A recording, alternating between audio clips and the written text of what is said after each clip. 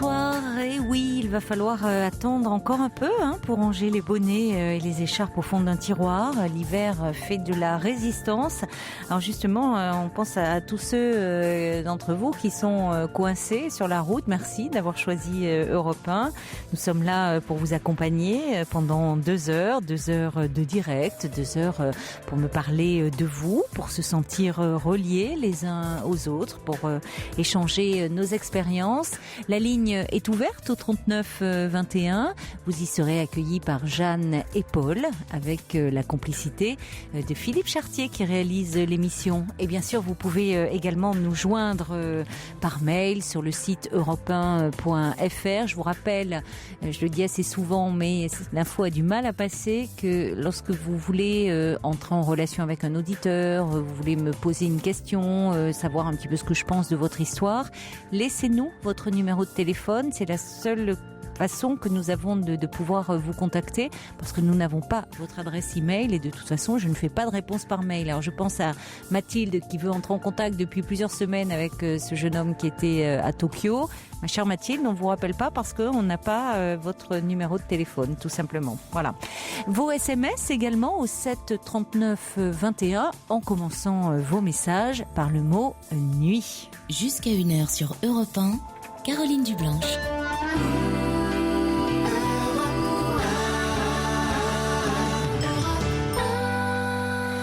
Bonsoir Muriel. Oui, bonsoir Caroline. Bonsoir. Merci de prendre mon appel. Je vous en prie. Je vous appelle en fait parce que j'aurais aimé avoir votre avis par rapport à ma situation, ma vie sentimentale qui est un petit peu pour moi un peu un fiasco. Je suis séparée depuis 5 ans. Oui. Et depuis 5 ans, en fait, j'arrive pas à avoir de relation vraiment, on va dire, sérieuse. Malgré que je sois inscrite sur un site internet, j'ai même fait un deuxième site internet où c'était plus ciblé parents solo, c'est-à-dire avec des enfants, enfin, un père, enfin avec ses enfants. Et à chaque fois, en fait, ça se solde par une déception, en fait. Je suis pas contre les rencontres, on se voit assez rapidement, mais... Oui, vous en faites, vous rencontrez des hommes. Voilà, mais il n'y a pas de déclic, il n'y a pas de... Alors j'ai 45 ans, donc ce qui se passe, c'est que souvent, en fait, c'est plus des personnes qui ont, on va dire, 50 ans et plus, qui s'intéressent, on va dire, à mon profil. Et plus jeunes, surtout s'ils n'ont pas d'enfants, je pense que c'est beaucoup plus pour, on va dire, voilà, une aventure plus que vraiment quelque chose de plus sérieux. Vous avez eu des hommes de quel âge plus jeunes, à peu près, qui vous ont contacté ou que vous avez rencontré? Ça peut être carrément 30 ans. Moi, j'ai quand même 45 ans, 30 ans sans enfants, même plus jeune.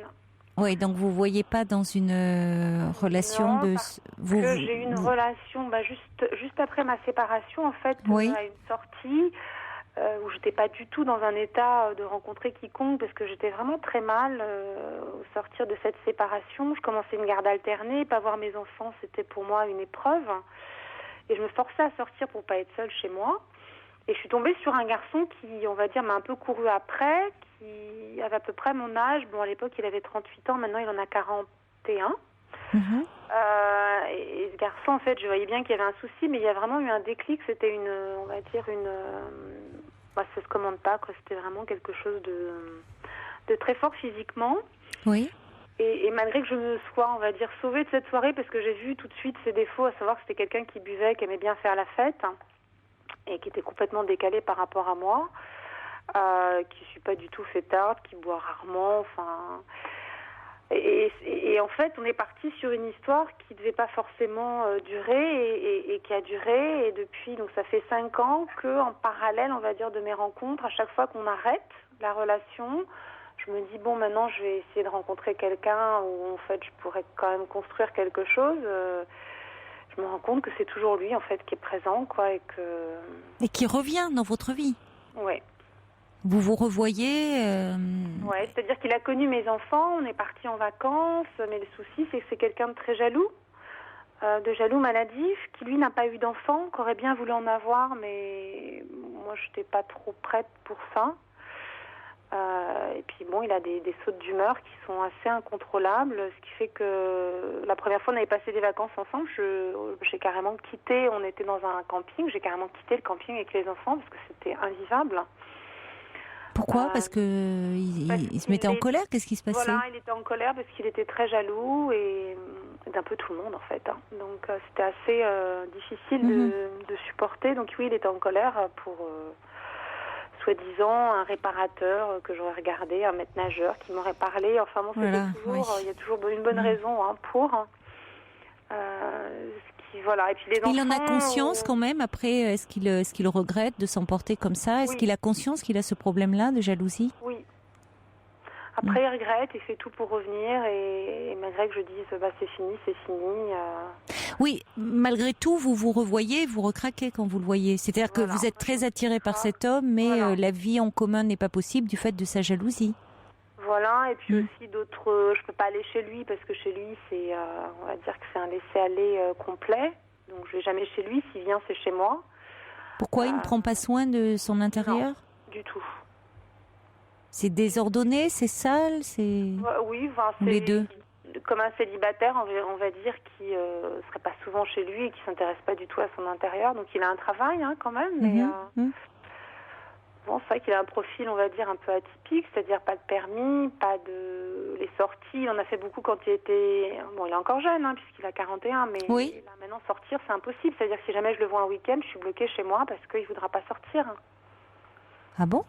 Et si on sort, de toute façon, il y aura un problème. Voilà, c'est ce que j'allais dire, c'est qu'il ne veut pas sortir, pas forcément parce qu'il n'a pas envie de, mais il craint que vous soyez sollicité par d'autres hommes. C'est sa jalousie qui bloque tout. Ça peut être à table dans un restaurant, ça va être une remarque, le serveur, tu l'as regardé, alors que, c'est. Oui, enfin, tout est prétexte à sa jalousie. Il y a le fait aussi que il a les débordements de l'alcool, c'est-à-dire que si vraiment il se met à sortir, il va commencer à boire, il sait pas trop s'arrêter. Donc ça, il le sait, c'est pour ça qu'il freine. Quand il est avec moi, il sort pas et il va sortir avec des amis, où il fait que là, il va complètement se lâcher. Alors c'est vrai qu'il a pas un profil, on va dire... très stable, non, il est pas très rassurant, mais il vous plaît. Voilà. Il vous attire en tout cas. Vous avez une attirance. Voilà, il y a une grande attirance. C'est quelqu'un avec qui je peux parler longtemps de tout. Il y a une certaine complicité. Il vous comprend. Il a été là quand j'ai été très mal, parce que c'est vrai que quand il m'a rencontrée, j'étais très mal. Et depuis, je peux pas faire autrement. Même quand il me dit trouve quelqu'un d'autre, j'ai plus envie de te voir, je supporte plus ça, parce qu'en garde alternée, du coup, il voit plus mes enfants. Donc ça veut dire que je le vois pas pendant des fois plus d'une semaine. Il en a assez de ça, donc il me dit mais trouve-toi quelqu'un. Oui, pour quelqu'un de jaloux, d'ailleurs, c'est pas très rassurant cette relation pour lui non plus, même si c'est du fait de sa jalousie et de bien d'autres choses quand même. Il va pas très bien cet homme. Il avait pris des distances et que maintenant il en avait rien à faire. Donc c'est vrai que ce discours devrait me faire fuir, mais oui, c'est pas très. Je reçois un SMS de Sergio qui demande justement si vous aviez vraiment bien digéré votre séparation, parce que il ajoute que c'est pas évident de repartir. Dans une nouvelle histoire, quand on a encore en tête. J'aurais beaucoup de mal à concevoir une vie à deux sous le même toit. Voilà, c'est un peu oui, mais en même temps, il est toujours présent dans votre vie, dans votre tête, dans votre cœur, cet homme. On revenait toujours vers lui, donc c'est pas très simple. D'être vraiment disponible pour une autre histoire. Et pourtant, j'ai essayé dans des périodes où on ne s'est pas vu pendant plusieurs mois, parce que, par exemple, les vacances d'été. Même il y a eu d'autres périodes où je l'ai pas vu pendant des semaines et des semaines. Donc je suis sortie, j'ai rencontré d'autres hommes. Mais, oui, vous pouvez quand même. Ce qui est bien, c'est bien. Vous allez de l'avant, vous vous lancez, vous donnez une chance. Alors peut-être aussi que les hommes que vous avez rencontrés, vous n'avez pas eu le coup de cœur qui vous permettent de passer à autre chose. Non. En même temps, vous avez démarré quand même des histoires avec certains d'entre eux. Oui. Et pourquoi alors vous dites que vous avez été déçue au bout du compte? Les hommes là qui ont, vous dites les profils de 50-55 ans qui vous contactent, pourquoi ça n'a pas marché? Alors c'est un gros défaut que je dois avoir et c'est ce qu'ils ont aussi, parce que je leur reproche en fait, me le font, c'est-à-dire que ces personnes vont aller plus vers des femmes plus jeunes, puisque ça peut être des personnes de 60 ans, de 50 ans. Et moi aussi, quelque part, je me rends compte que je vais être plus attirée par des personnes qui vont physiquement présenter plus jeunes. Alors peut-être parce que moi aussi, physiquement, je suis plus jeune. Oui. J'ai beaucoup de mal à aller vers des profils qui seraient plus âgés, quoi. Mais pour autant, vous les rencontrez quand même ou pas? Non, parce que vous m'avez dit, j'avais cru comprendre que donc vous avez 45 ans et que c'est plutôt des hommes de 50-55 ans qui vous contactent. Donc il y a des contacts qui veulent, enfin c'est des contacts, on va dire que ça reste par échange de mails, mais je les ai pas vus physiquement parce qu'en fait je donne pas suite. Oui, mais alors, dites-moi, à votre marge de manœuvre, vous voyez, c'est pas beaucoup. Hein. Ben non, parce que vous voulez pas des hommes plus jeunes que vous, parce que vous dites là, il y aura qu'une aventure. Et puis ceux qui ont 50, ils ont 50 plus que vous. Déjà, ils vous paraissent un peu trop vieux. Alors, vous voyez où elle est la marge de manœuvre. Il faudrait qu'ils aient pile 40 ans ou 40. Oui, je trouve que est-ce que c'est pas un peu révélateur du fait que consciemment, vous dites que vous voulez rencontrer, mais peut-être qu'inconsciemment, il y a quelque chose qui bloque, quoi.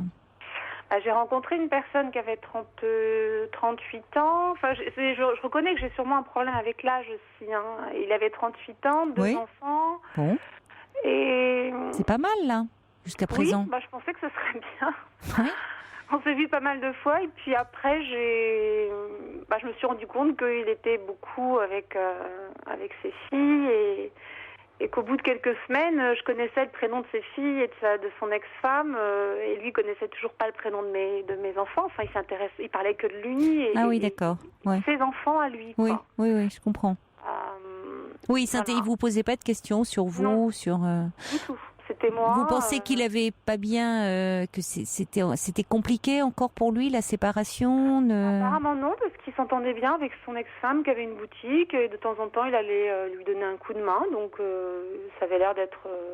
Oui, ils étaient en bons termes. Voilà, il avait l'air d'être assez équilibré. Oui, mais là où il y avait problème, c'est que alors que vous étiez dans un processus de rencontre, il ne s'intéressait pas suffisamment à vous. Ouais, c'était très ciblé lui et ses enfants, quoi. Donc ça, c'est encore un autre souci de se dire, voilà, on va rencontrer quelqu'un avec des enfants, mais qu'il accepte aussi bien les miens que moi, je suis aussi intéressée par les siens. Donc c'est vrai que je posais des questions et je me suis vite rendu compte que. Oui, mais si vous mettez trop de critères en place, là, je comprends, en même temps ce que vous dites. Je comprends en même temps si cet homme vous sentiez que il parlait beaucoup de lui, mais s'intéressait un peu à vous, il y a un problème parce que quand même quand on est dans ces premiers temps de la rencontre, on fait connaissance, on cherche à faire connaissance en principe. On n'est pas là juste pour parler de soi. Donc, mais en même temps, le risque, vous voyez, c'est si vous commencez à mettre beaucoup de critères, ça risque de vous fermer beaucoup de portes. Parce que oui, vous pouvez trouver un homme effectivement, surtout à votre âge, enfin, qui ait déjà des enfants. Et alors, commencez à vous dire, à appréhender, est-ce que ces enfants vont s'entendre avec les vôtres? Vous verrez bien, chaque chose en son temps. Parce que vous voyez, quand ils sont plus jeunes, vous dites oui, mais le problème c'est qu'ils n'ont pas d'enfants, peut-être qu'un jour ils vont en vouloir, donc avec moi ça sera qu'une aventure. Et puis ceux qui sont plus âgés, c'est oh bah oui, mais finalement ils sont trop âgés. Alors finalement il reste pas grand monde. Parce que vous après c'est aussi dans une question de on ne sait pas bien finalement ce qui nous attire chez l'autre quand on est attiré par quelqu'un. Vous voyez, il y a quelque chose d'un peu magique dans une rencontre. Le courant passe ou pas. Et puis, ce qui nous paraissait rédhibitoire avec cette personne-là, finalement, ça ne va plus l'être. C'est aussi ce qui est merveilleux dans l'état amoureux. Parce que trop mettre de garde-fous, de critères comme ça, c'est une façon de... on avance, on se protège tellement qu'on passe à côté de la rencontre d'histoire. Oui, je pense. Hein. Je pense. Alors... Et ce que j'arrive pas à comprendre, c'est pourquoi je peux pas me détacher de cet homme qui sait qu'on peut pas vivre ensemble, que surtout ma fille qui a maintenant 13 ans va absolument plus revoir. Donc voilà, on se voit, on va dire, quand j'ai pas mes enfants, ça c'est sûr. Et d'un autre côté, je l'empêche peut-être lui de faire sa vie avec quelqu'un qui sera disponible comme lui le souhaite au final, parce que lui il a envie de vivre avec quelqu'un. Comme lui le souhaite, ça veut dire quelqu'un qui n'aurait pour seul horizon que lui. Parce que vous voyez bien comment il se comporte du fait de sa jalousie, Même les sorties, c'est pas possible parce que déjà, il y a le fait de l'alcool et il sait qu'il a tendance à ne pas pouvoir se contrôler. Donc, pour lui, toute sortie, c'est un peu un lieu de tentation. Oui. Bon. Et par ailleurs, quand il sort avec vous, donc avec une femme, il a le sentiment que l'extérieur est très dangereux parce que il est plein d'hommes qui veulent lui piquer sa femme, quoi. Donc vous voyez que déjà être disponible vraiment pour quelqu'un, il en est loin. Oui. Il en est loin parce que il va pas très bien, semble-t-il, d'après ce que vous dites. Bon. Non, enfin lui, disons qu'il a un idéal un peu particulier, c'est de se dire voilà, s'il rencontre quelqu'un, c'est que la personne sera bien en étant chez soi dans son cocon et en Oui, mais là, il se leurre complètement, cet homme. C'est-à-dire qu'il veut pas reconnaître les problèmes qu'il rencontre et c'est bien pour ça d'ailleurs que votre relation n'évolue pas. Parce qu'après tout, il aurait pu, puisque vous vous entendez bien, vous avez à côté de ça beaucoup de complicité, vous avez une très grande attirance physique. Il aurait peut-être pu envisager, s'il était plus lucide sur lui-même, de dire que ces problèmes, d'une part d'alcool, ces problèmes de jalousie excessive, nuisent à la qualité de votre relation et au fait que vous pouvez vraiment envisager un avenir ensemble. Et dans ces cas-là, peut-être décider de se faire aider, enfin d'évoluer.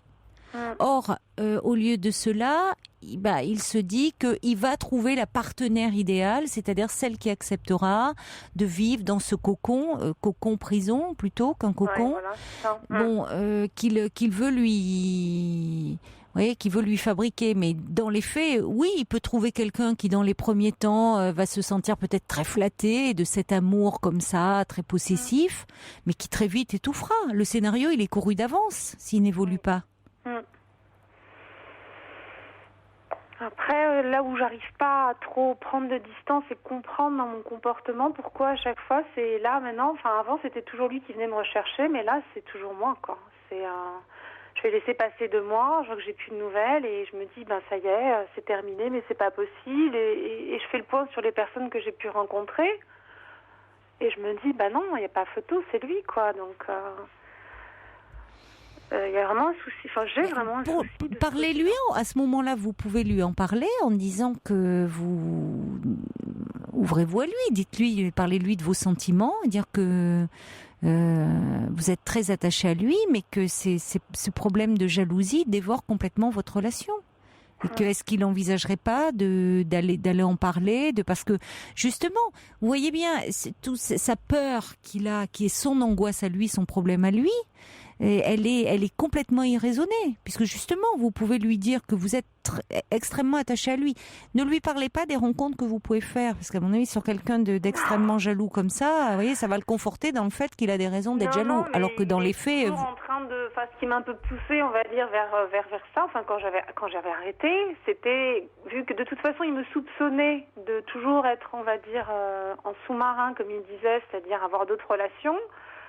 C'est vrai que quand j'étais plus avec lui, je me disais autant aller voir ailleurs. Enfin, et vous en aviez parfaitement le droit. Oui. En plus, vous n'étiez plus ensemble, et puis de toute façon, souvent un jaloux comme ça, ou une jalouse pathologique, elle pousse l'autre à voir ce qu'il redoute le plus, c'est-à-dire à aller dire je vais lui donner de vraies raisons d'être jaloux. Hein. Mais il est conscient des soucis qu'il a, et je me suis ouvert à lui, mais il pense pas qu'il pourra changer. C'est vrai que ça fait 40 ans. S'il en a... Ah non, mais ça, attendez, 40 ans, c'est bon. Il est pas... vous savez, on grandit à tout âge, on évolue à tout âge. Pour peu qu'on en ait le désir. Peut-être qu'il se conforte là-dedans, parce que du coup, effectivement, le résultat, c'est qu'il n'a pas besoin de changer. Peut-être, et c'est là où je me dis par rapport à vous, peut-être qu'il aurait pu se dire qu'il passe à côté de vous du fait de cette jalousie, et certainement c'est pas la première histoire d'amour qu'il loupe du fait de ce problème-là, et que ça vaudrait le coup de voir un peu ce qu'il en est pour moins faire peser ses soucis sur votre relation. Mais s'il se réfugie derrière le fait que non, en fait, il n'a pas vraiment de problème, mais bon, c'est que vous ne voulez pas vous adapter au mode de vie qu'il vous propose, ça peut pas aller loin. Ce que dit First Lisa, s'il est dans le déni, vous n'avancerez pas. Or, ça semble être un peu le problème, parce que c'est l'alcool, c'est la jalousie, et puis... Bon, alors, ça ne veut pas dire qu'il ne peut pas, à un moment, dire j'ai envie de changer. Vous pouvez, peut-être lui dire ce qu'il en est, que vous aimeriez, que vous l'avez toujours en tête, que vous êtes toujours très attaché à lui, mais qu'il y a ce problème de fond qui fait que vous ne pouvez pas envisager de construire une relation alors que vous aimeriez. Disons que c'est quelque chose que je lui ai dit, mais pour lui, c'est quelque chose qui peut pas changer. Puis il y a aussi ce souci que maintenant, ma plus grande qui a 13 ans veut absolument pas le voir, donc il a conscience. Pourquoi Pourquoi elle ne veut plus le voir? Elle a très mal supporté son comportement quand on a on avait passé des vacances il y a à peu près 2 ans. Oui, dans le camping, là. Voilà. Il a été devenu vraiment hystérique et c'est vrai qu'il m'avait... ça a été assez... ça a été devenu hystérique, quoi. Il s'en était pris à vous? Elle a eu très peur. Elle a eu peur, oui. Oui. Oui, on peut comprendre. C'est-à-dire que, attendez, elle a pas en plus l'attachement que vous avez, l'attirance, tout ce qui vous lie à cet homme. Donc elle voit un homme qui s'en prend à sa mère. Il y a de quoi avoir peur. Donc, de toute façon, moi, j'ai voulu qu'ils viennent quand il y a mes enfants. Ce que j'entends quand même, il y a quelque chose d'assez paradoxal et ambivalent chez vous. C'est que, à la fois, vous voulez vous lancer quelqu'un de sécurisant. Cet homme est tout sauf sécurisant. C'est vrai.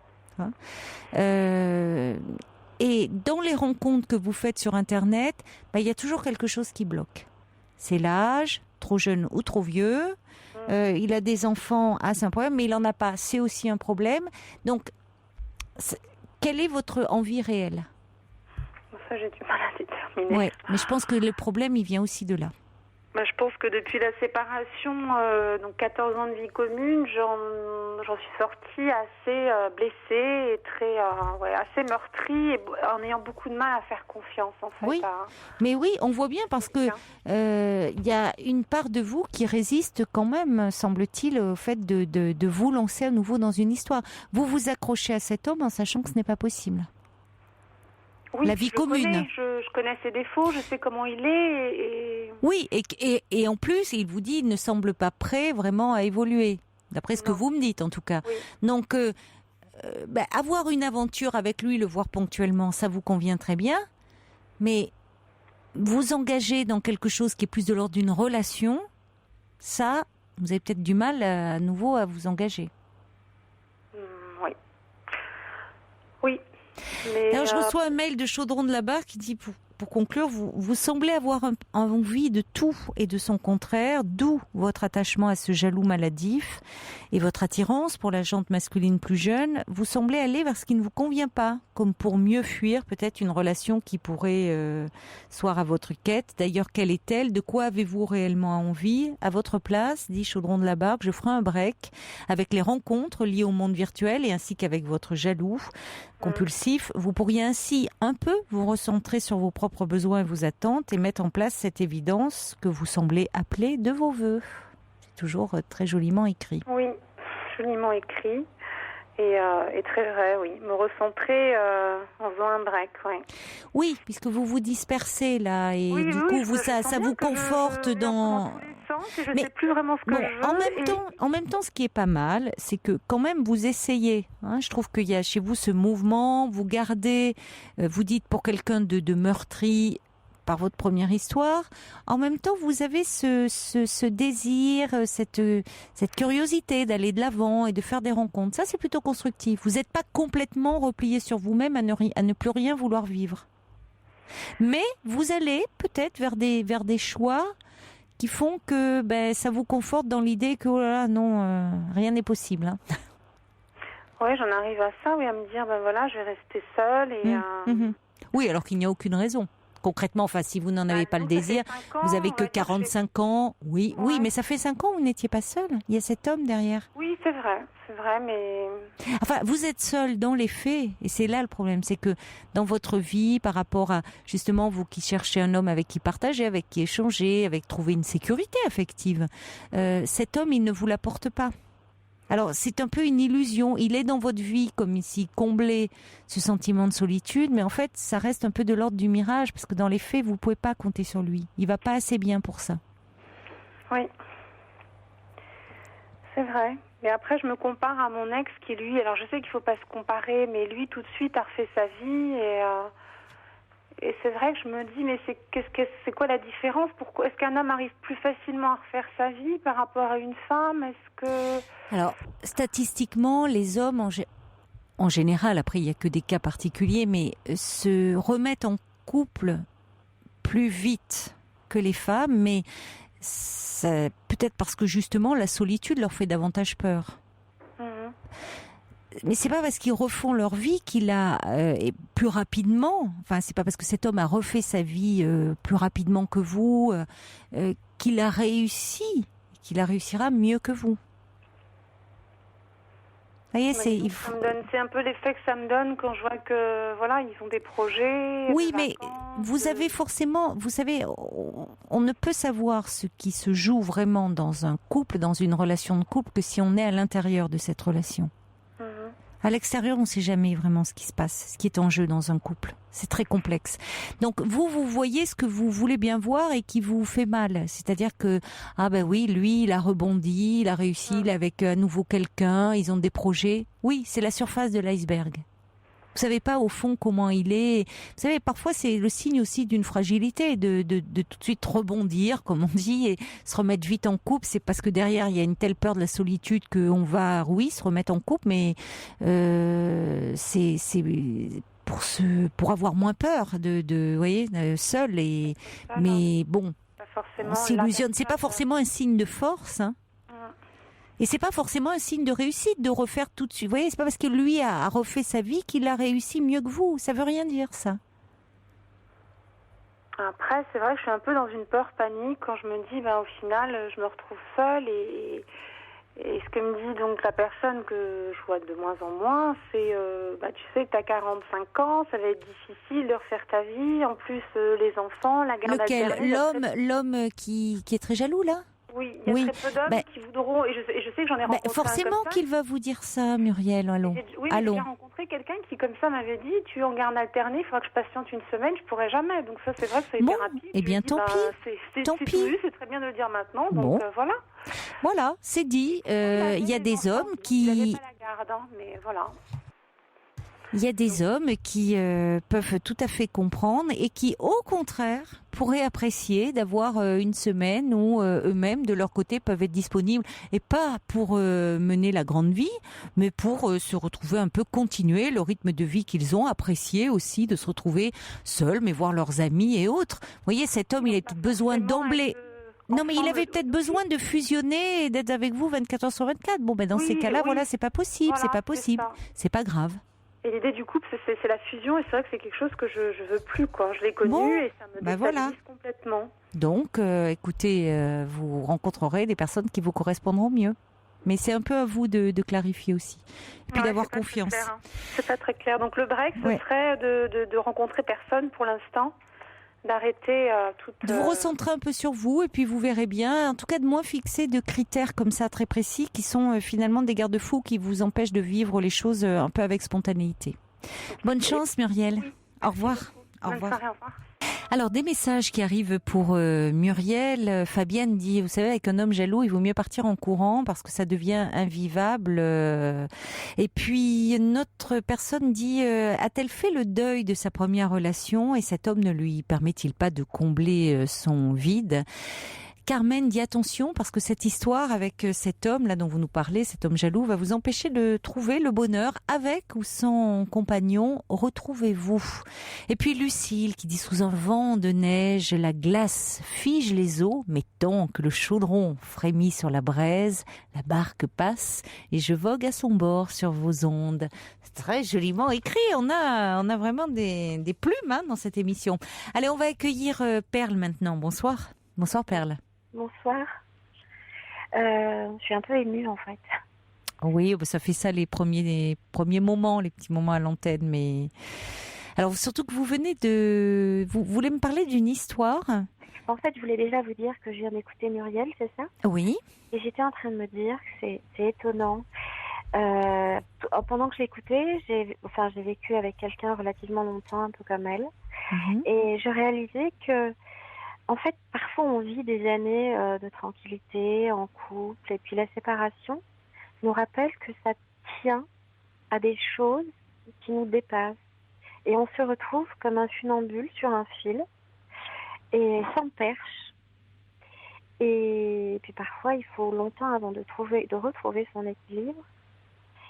Et Qu'est-ce qui tient à des choses qui nous dépassent? C'est-à-dire, vous parlez de la relation? la relation de couple que Muriel a pu vivre avec son mari pendant 15 ans, oui, on se réveille, la relation est terminée, la séparation est consommée, Mm. et puis on se dit, je ne sais pas à quoi ça tenait. Là, elle a l'air un peu perdue. Oui. Cet homme qui la retient lui permet de se dire qu'elle est dans une relation de couple quand même. Oui, Qu'il y a qu'elle n'est pas quelqu'un- seule. Oui. Voilà, Mm. quelqu'un qui la retient, ce que son Mm. mari n'a pas su faire peut-être. Puis en même temps, elle cherche cet équilibre qu'on est tous à chercher. Mm. Mm. Voilà. Je voulais vous parler de quoi? Je voulais vous parler de moi, en fait. Dans un registre un peu similaire, et pas totalement. Je vis une relation depuis 4 ans avec un homme que j'aime énormément. euh, et dont je me suis rarement sentie autant aimée que par cet homme.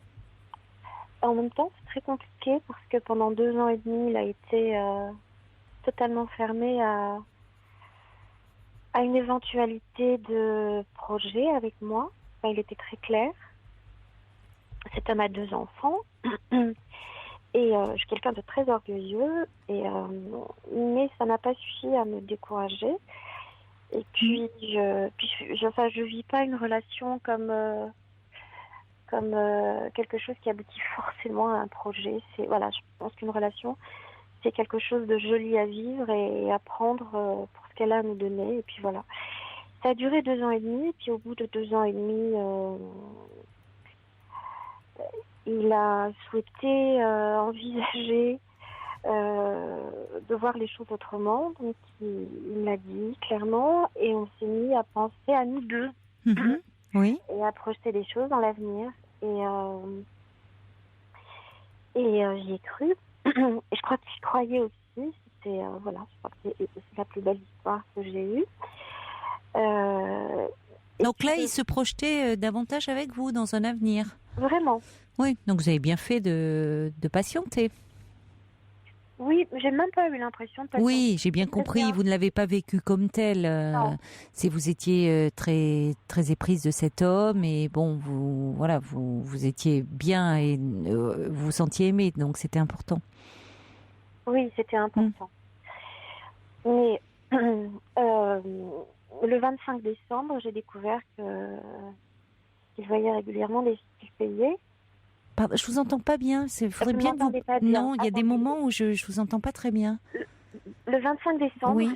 j'ai découvert qu'il voyait des jeunes femmes Oui. qu'il payait. Et je l'ai très mal vécu et j'arrive pas du tout à reprendre la relation, en fait. J'y arrive pas.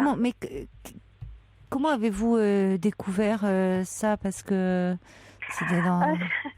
J'ai découvert ça parce que je travaille dans j'ai un travail où où je fais des astreintes, en fait. Et mon téléphone était tombé en panne, donc je lui ai demandé de me prêter son téléphone pour répondre aux astreintes. Et je suis le truc complètement fou. J'ai voulu envoyer un message au collègue qui était sur le plateau où je travaille pour leur dire voilà. Oui. Et en fait, j'ai fait, au lieu de faire nouveau message, j'ai passé à la boîte de réception et je suis tombée sur le message qu'il avait reçu. Et j'ai cru que c'était une plaisanterie comme on peut s'en faire entre Oui, copains. oui, vous attendiez pas du tout à ça, évidemment. Non, j'y ai pas cru, en fait. Et puis il m'a tout dit. Et j'arrive pas du tout à passer outre ça, quoi. Oui, on peut comprendre en même temps que vous soyez quand même perturbé par cette, par cette nouvelle. Vous en avez parlé avec lui? Ah oui. Et Ah qu'est-ce oui, qu'il oui. vous a dit, lui? Comment il s'est... Il a, Que il j'étais a, pas il a... assez présente, c'est très certainement vrai parce que je travaille beaucoup. Que vous n'étiez pas assez présente? Oui, Ou enfin, il a un peu beau jeu de vous renvoyer ça, attendez. que j'étais pas assez présente, Oui, que qu'il vivait pas du tout ça comme une trahison, oui, que ça c'est possible, oui.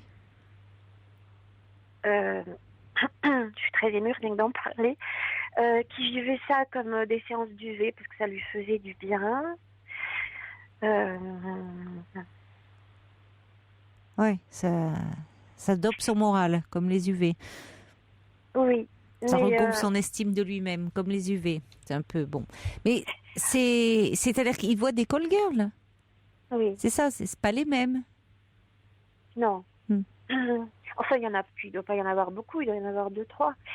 Mais Oui, mais ça veut dire que c'est pas la même. Donc, ce qui explique que lui ne le vit pas comme une trahison, comme beaucoup d'hommes qui vont voir des prostituées d'ailleurs. C'est une façon presque de protéger leur relation officielle là, avec la femme qu'ils aiment, parce qu'en payant, ils se libèrent de tout investissement affectif. C'est une relation où il y a du sexe qui s'échange contre de l'argent. Donc on est mais, quitte. mais tout ça, je le comprends, et je l'aurais compris si ça avait été à des moments où on se voyait vraiment pas. Ça s'est fait la veille d'un jour où on s'est vu et le lendemain d'un jour où on s'est vu. Donc ça s'est fait sur euh, 24 heures d'intervalle entre le moment où on s'était vu et le moment où il a eu cette fille. Et c'est ça que j'ai énormément de mal à avaler en fait. Oui, mais il le faisait peut-être avant de vous rencontrer. C'est peut-être quelqu'un qui a qui a cette façon-là de fonctionner, d'avoir. Vous voyez, c'est quand même pas banal ce qu'il vous a dit de comparer ça à une séance d'UV. Vous voyez à quel point c'est banalisé pour lui? Oui, mais ça ne l'est pas pour moi. Vous voyez? Mais ça, je comprends C'est-à-dire, bien. moi, Non, mais je comprends non, que ça ne le mais soit pas pour vous. Ah non, non, mais j'aurais très bien pu comprendre s'il m'avait dit je me suis retrouvée dans une soirée avec une collègue, on s'est retrouvés dans un... J'aurais compris, parce que je me dis que la chair est faible et que ça peut arriver à tout le monde. Et j'en aurais vraiment pas fait un foin.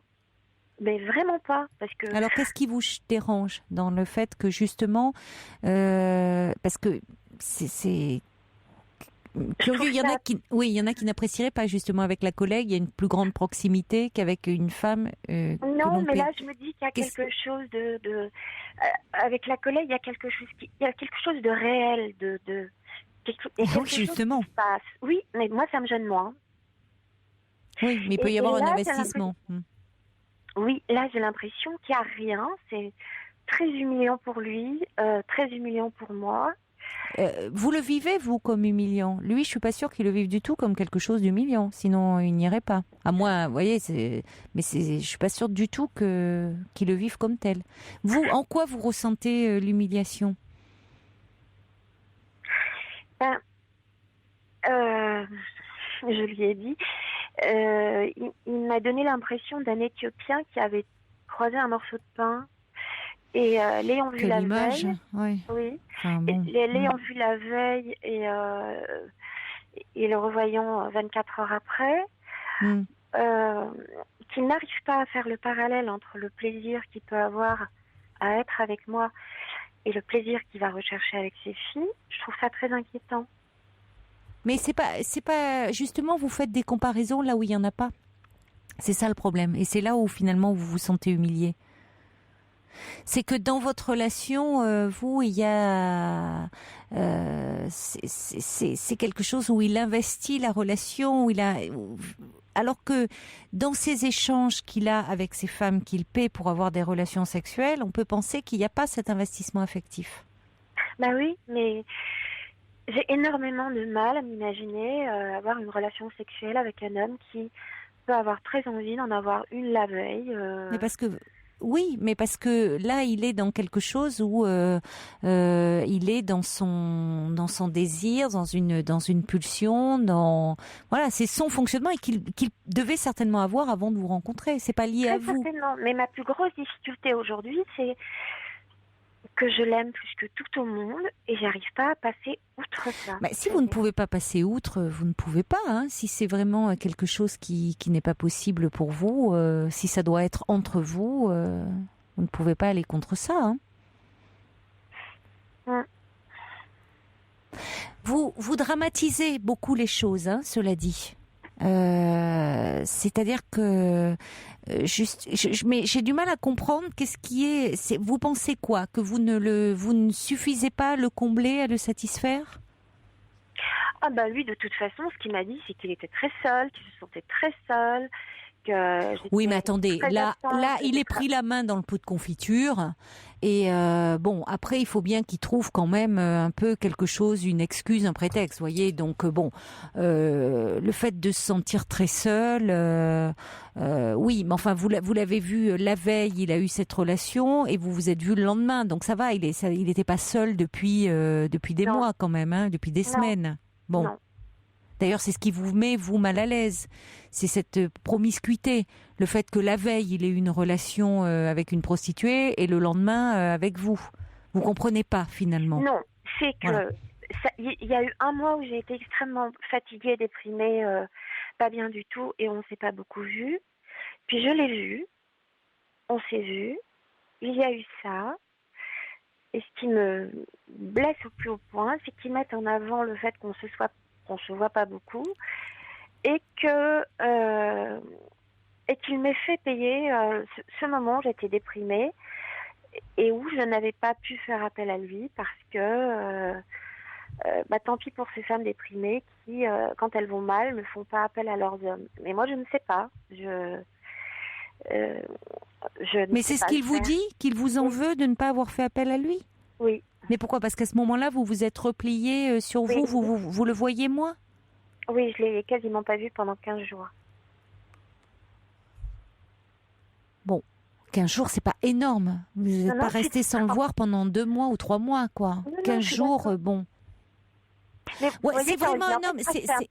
Moi, je pense qu'il y a un peu une... voilà, tout est un petit peu mélangé. Lui, il faut bien qu'il justifie parce qu'il tient à vous et qu'il n'a pas envie de vous perdre. Donc, certainement que ça le rassure et ça lui fait du bien, mais du bien au sens narcissique du terme.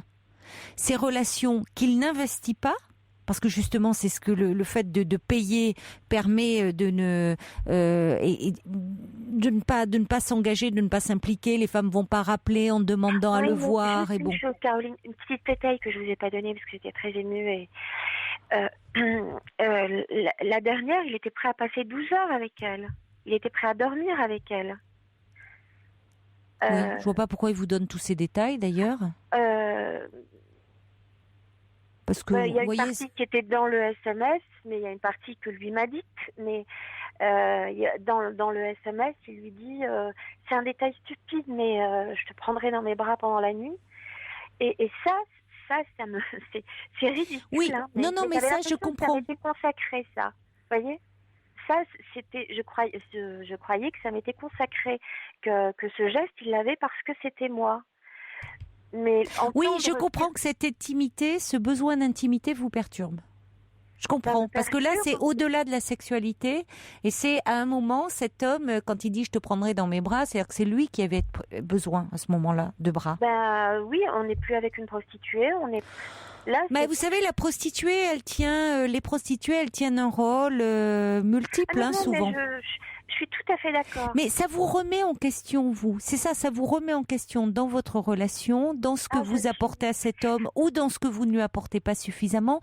Mais attention aussi à ça, parce que c'est bien de pouvoir se remettre en question et de pouvoir se dire s'il va voir ailleurs, qu'est-ce qui se passe, est-ce qu'il y a des manques, mais il y a des manques qui sont peut-être constitutifs à ce qu'il est lui, et après il a beau jeu parce que aussi il se sent quand même un peu en faute de vous mettre ça sur le dos, et c'est là où je trouve ça un peu problématique. voyez, qui se justifie, ça peut se comprendre, mais enfin, pas dans le fait en disant, t'as été déprimé pendant 15 jours, du coup, tu m'as pas demandé de l'aide. Il peut comprendre aussi que vous, quand vous n'êtes pas bien, vous vous repliez sur vous. Et qu'après tout, c'était peut-être à lui, à ce moment-là, de venir vers vous. Enfin, il ne faut pas qu'il vous mette tout sur le dos. Que finalement, ces rencontres-là qu'il a, lui permettent, lui, de combler des manques, mais des manques qui sont peut-être liés à son histoire à lui et pas seulement à vous, quoi. Mais c'est exactement ce que je me dis, mais en même temps, cette histoire me ramène à mon histoire à moi aussi, à cette interchangeabilité dans laquelle je me suis retrouvée toute ma vie. Je ne sais pas si le mot existe, mais je l'utilise et je pense que vous comprenez ce que je veux dire. Et à un moment où j'étais sur le point de tout changer dans ma vie parce qu'on avait projeté vraiment de concrétiser ce qu'on était en train de vivre, je suis interchangeable. C'est un détail, c'est vraiment un détail, hein. Prendre quelqu'un dans ses bras, c'est un détail. Non, mais écoutez, là, ne vous faites pas plus de mal que déjà ce que vous vivez. Non, vous n'êtes pas interchangeable. Cet homme va chercher autre chose à un moment. Bon, vous découvrez ça de lui et je comprends que ça vous bouleverse.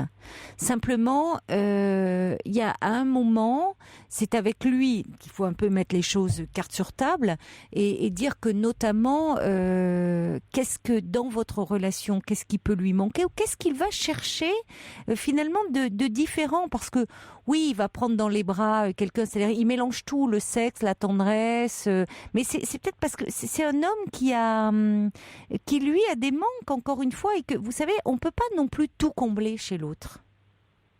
Et que justement, vous voyez, il vous dit quand vous avez été mal, vous ne vous êtes pas tourné vers lui et finalement c'est lui aussi qui va se tourner vers quelqu'un d'autre pour chercher quelque chose dont il a besoin et qu'il ne vous demande pas à vous. Donc un partout, la balle au centre, hein, si on va par là. Donc ça peut vous amener à réfléchir peut-être sur votre relation, comment vous pouvez la faire évoluer, qu'est-ce qui vous manque à vous, à lui, mais aussi peut-être que lui a aussi une dépendance par rapport à ces relations-là et qui n'est pas liée à vous uniquement. C'est ça aussi quand même.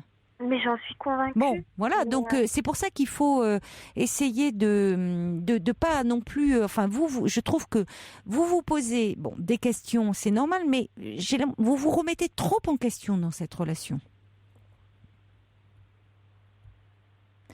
Parce que c'est comme si vous aviez été comment dire parce que quand vous dites par exemple vous êtes interchangeable, vous doutez trop de vous là. Non, mais je doute de moi.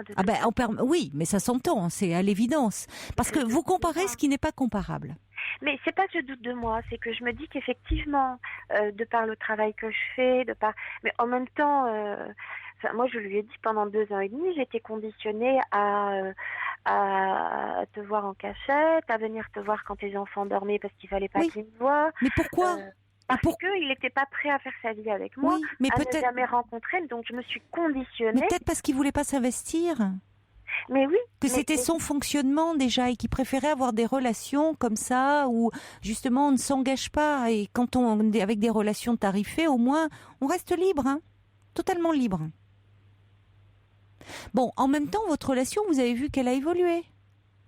Donc, vous voyez que c'est bourré d'incohérences. C'est-à-dire qu'aujourd'hui, il vous reproche de ne pas dire comme si vous ne pouviez pas, vous ne comptiez pas suffisamment sur lui alors qu'il peut être là pour vous.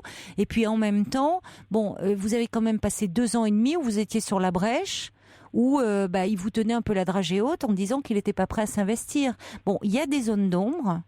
Mais attention qu'il ne voulait, et c'est ce qui vous attire, c'est ce qui vous attire aussi chez cet homme, mais attention à ce qu'il ne vous déstabilise pas trop en vous faisant porter la responsabilité peut-être de manquements qui ne dépendent pas de vous. Le côté, c'est parce que t'es pas suffisamment là que je vais voir des prostituées, c'est un peu facile. Pardonnez-moi, mais c'est quand même un peu facile. En même temps, cet homme se justifie parce qu'encore une fois, il est pris la main dans le pot de confiture. Alors, vous pouvez, parce que vous auriez beau jeu de lui dire que pendant 2 ans et demi, vous aussi, vous a manqué, qu'il n'était pas là.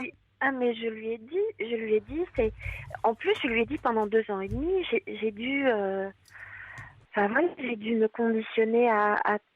Mais ça m'arrangeait sûrement. Franchement, je me suis pas... Oui, je me certainement. plains pas, je me suis Certainement que plainte, vous voilà. aussi, vous avez trouvé votre compte dans cet homme qui vous échappe. Alors là, vous trouvez qu'il vous échappe, mais de toute façon, dès le départ, cet homme vous échappait. Et ça vous a attiré. Mais vous savez, je crois que je ne sais pas. Vous allez me trouver extrêmement maso, mais je ne sais pas si ce qui me fait le plus mal est de découvrir qu'il m'échappe à certains moments, puisqu'il y a des moments où il est ailleurs, ou c'est parce que je ne comprends pas. Je ne comprends pas. C'est-à-dire, il y a une chronologie dans l'histoire. Oui, mais c'est ça aussi, le fait qu'il vous échappe. C'est que vous ne le comprenez pas. Et ça vous plaît. Et d'une certaine façon, il y a quelque chose qui vous plaît et qui vous attire. Alors, c'est peut-être l'occasion de remettre un peu les compteurs à zéro avec lui, d'en parler. Et de toute façon, il y a vos limites à vous, ce que vous pouvez supporter. Et vous pouvez, et ça peut se comprendre, ne pas supporter ça. Voilà. Et si vous, soit vous lui demandez de s'engager avec vous et à ce moment-là de voir ce qu'il en est, mais en tout cas qu'il vous mette pas l'entière responsabilité du fait qu'il aille voir des prostituées parce que c'est vous qui seriez manquante, défaillante, ça va quand même. Et comme dit de toute façon Virginie, non parce qu'il va falloir qu'on conclue là. Oui. Virginie dit ces relations tarifées, elles sont désincarnées d'une certaine façon pour lui. Même cette histoire de bras et autres, bon, d'accord, il peut avoir un moment ponctuellement besoin de tendresse, mais enfin pour ça il paie la personne et après il la revoit pas ou en tout cas épisodiquement. Et comme dit Virginie, c'est vers vous qu'il revient. Mais après reste à vous, soit vous le supportez, soit pas. C'est à vous de mettre aussi vos limites. L'autre est dans une position de toute puissance. Il est dans une position de toute puissance avec moi. Pas tant que ça. Toute puissance avec moi puisqu'il m'aime et toute puissance avec la personne tarifée puisqu'il obtient d'elle exactement ce qu'il veut. Non, pas tout à fait ce qu'il veut, parce que ça reste des relations tarifées. Et puis avec vous, je trouve que vous comparez des choses qui ne sont pas comparables. Et du coup, c'est là où vous êtes assez ambivalente dans cette histoire. Vous n'occupez pas la même place. Vous vous mettez à la même place alors que vous n'occupez pas la même place. Et je me demande qui a le pouvoir dans cette relation, parce que cet homme, c'est pas un aveu de pouvoir et de force, son attitude. Au contraire, ça traduit toutes ses fragilités, plus que du non. Mais vous y voyez de la force et du pouvoir. Vous y voyez ce que vous avez envie de voir dans cette histoire. Alors qu'en fait, il parle de ses fragilités derrière tout ça. Bon, après, à vous de... Parce que si vous n'êtes pas en confiance, il y a des choses... mettez les choses à plat avec lui et vous verrez ce qu'il en est. Mais à mon avis, de toute façon, c'est un homme qui fonctionnait de cette façon-là et bien avant de vous rencontrer. Donc, bon... Soit à un moment, il se rend compte peut-être qu'il peut vous perdre avec ça et il en parle avec vous. Parce que vous avez le droit aussi de poser vos limites et la relation peut évoluer ou pas. Quelqu'un cite Françoise Dolto, je suis pas sûre qu'elle ait dit cette phrase. Comment lui en vouloir de trouver ailleurs ce que je n'ai pu lui donner? Ouais, enfin bon, je sais pas. Je crois que c'est pas aussi simple que ça. Non. Bon. En tout cas, mettez les choses un peu au point avec vous et clarifiez par rapport à vous, ne comparant pas ce qui n'est pas comparable, encore une fois. Voilà. Merci de votre confiance. Au revoir, Père. Merci, au revoir.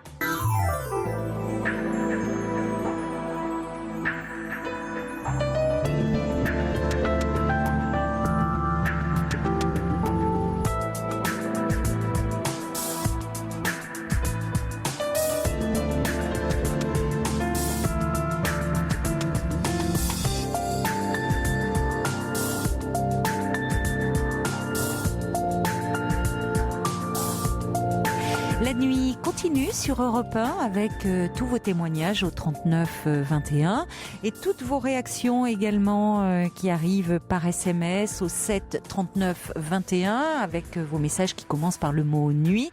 Un petit clin d'œil amical à Yann qui me dit beaucoup de personnes bloquées sur la 16 à cause de la neige. On vous écoute et on vous remercie d'être là. Bon courage à vous parce que c'est pas très drôle. J'espère que c'est ça. Dans ces cas-là, on n'a pas forcément une petite couverture, un petit thermos. On n'a pas trop envie de passer la nuit dans sa voiture. Arthur. Courage à vous et soyez prudents surtout. Et puis par mail sur le site europe1.fr, Nadine qui me dit « Je suis à Londres, quelques jours chez ma fille et je vous écoute comme chaque soir. Bonne nuit à vous avec les auditeurs. Bien, très bon séjour à Londres. » Allez, et puis là j'ai un petit message qui me dit « C'est Joao del Bois de Boulogne. » On n'a pas fini d'en parler de Joao. Allez, un petit peu de musique et après nous accueillerons Marie. Moi, j'aime beaucoup cette chanson, toujours à côté, Volo. C'est vrai que pour tous ceux qui se sentent un peu décalés, comme ça, un peu en marge, qui ont un train de retard, je trouve que c'est très bien dit. Une bonne atmosphère. Allez, on va accueillir maintenant Marie. Bonsoir. Bonsoir. Bonsoir Marie. Alors j'ai eu le temps de prendre des petites notes et puis de vous donner... c'est peut-être un peu... Vous ne me les lisez pas en tout cas, hein, parce qu'à l'antenne, je mets un peu cette condition, c'est moins vivant quand on lit. Donc si vous avez peur d'oublier, bien sûr, vous pourrez consulter vos notes, mais c'est mieux qu'on se parle comme ça. Vous situez la situation, je voulais dire. Il faut que vous m'en parliez parce que vous en avez parlé à Jeanne hors antenne. Oui, bien sûr, oh là là. C'est au sujet de votre petit-fils. Voilà, au sujet de... Et je cherche une solution de son état, comment faire, parce que je suis un peu perdue, et je suis un peu perdue sur les psys aussi. Alors, votre petit-fils a 22 ans. Voilà, il a 22 ans, et il a 22 ans, il finit ses études à l'école de commerce. Oui. Donc, il s'est trouvé il a fait des stages en usine, il s'est trouvé avec une grosse fatigue. Moi, je disais ça, c'est la fin des études, peut-être. Mais alors, il est atone, il a envie de rien faire, de rien commencer. Et les parents ne peuvent rien parce que s'il veut pas se soigner, il a 22 ans, c'est à lui d'aller vers les psys. Et alors, il est déprimé, oui. Il est déprimé. Faut vous dire que dans l'année 2012, il a eu une déception amoureuse. Oui. Mais... surtout, il a été très touché par les dépressions de sa mère, qui est bipolaire. Ah oui. Donc, qui a fait 2 tentatives de suicide. Et c'est surtout ça, je crois, qui l'a très motivé d'avoir cet état où il n'a plus envie de rien faire. Alors, au milieu de l'année 2012, il a tout laissé tomber. Il a laissé tomber l'école parce qu'il a eu quand même, il s'est arrêté pour cause de santé. Oui. Et alors mon fils l'a fait suivre par des psys et tout. Alors pour eux, c'est ça que je comprends pas. Ce n'est pas une dépression. Ils lui donnent aucun remède. Et c'est lui qui doit parler à des psys. Et s'il veut y aller, s'il veut pas y aller, on peut rien faire. Alors pour ainsi dire, moi je le trouve perdu et je trouve qu'il n'est pas assez suivi. Mais enfin, je suis pas docteur, hein. Mais c'est-à-dire qu'actuellement, il n'est plus pris en charge, il ne voit plus de psy. C'est-à-dire, c'est à lui d'y aller et. Mais est-ce qu'il y va? Et non. Ah oui, c'est ça. Non. Alors ses parents, il a eu une discussion cette semaine avec son père et sa mère en disant faudrait qu'il se motive, même si ça lui plaît pas, de faire un effort. Il dit je sais pas, je vais voir. Et alors j'ai dit mais qu'est-ce que tu fais toute la journée? Eh ben il se lève tard, il regarde la télé, il fait des jeux sur la télé. Oui. Par contre, eux, ils trouvent pas que c'est un état dépressif puisqu'ils lui donnent pas de remède.